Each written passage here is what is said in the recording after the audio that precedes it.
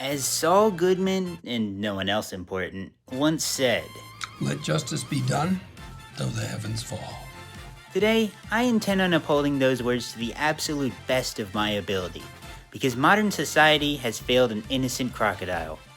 But in order to explain why Mr. K Rool is a hero, we have to first explain why his arch nemesis is not. The plot of Donkey Kong Bonanza revolves around DK befriending a young Pauline and the two of them working together on a wholesome quest to escape the underground and collect as many bananas as possible while they're at it. Or at least, that's how it looks at first glance. But the following footage from March of the Minis on the DS sheds a very different light on their relationship.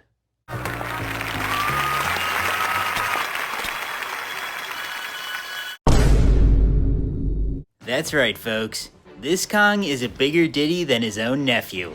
So I ask you, if K Rool has such hatred for the vile DK and will stop at nothing to take him down, how can he be the bad guy? He can't. And that's not all, because K Rool actually beefs with two different FBI listers in this game. Yeah, don't think I don't see you, Void Kong, always yapping, "You will sing for me, Pauline." Lock him up too. And what does K Rool do in his first 5 seconds of screen time? He smacks that creep into the stratosphere. I'm telling you, this man's a saint. Now I already know what some of you are going to be saying in the comments. But Triple S, what about when he turns into the King of Rot and takes over New Donk City? You can't really call K Rool a good guy after seeing him do all of that, right? Please, he's clearly just creating a metaphor. When K Rool says he's rotten to the core, he's actually trying to hold up a mirror for Groomy Kong and tell him that all this rot, all this evil he sees in front of him, is like how DK is on the inside. Sure, thousands of innocent New Donkers had their lives claimed by this heroic act from the Kremlin King, but I think that deep down they all knew that it was a small price to pay for bringing EDK 445 to justice. But if all this somehow wasn't enough to convince you, there's still one final noble deed of this croc that I'd like to bring to your attention, and it comes to us courtesy of his reveal trailer for Smash Ultimate.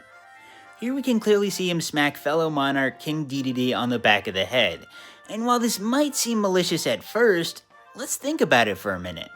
What has Dedede been struggling with above all else for his entire life? That's right, mind control.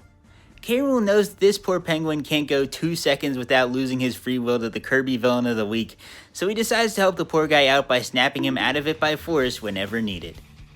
In conclusion, DK might be famous for being a herbivore that eats bananas above all else, but that doesn't make him any less of a predator. And King K Rool has spent the past 30 plus years of his life trying to make sure his misdeeds don't go unpunished.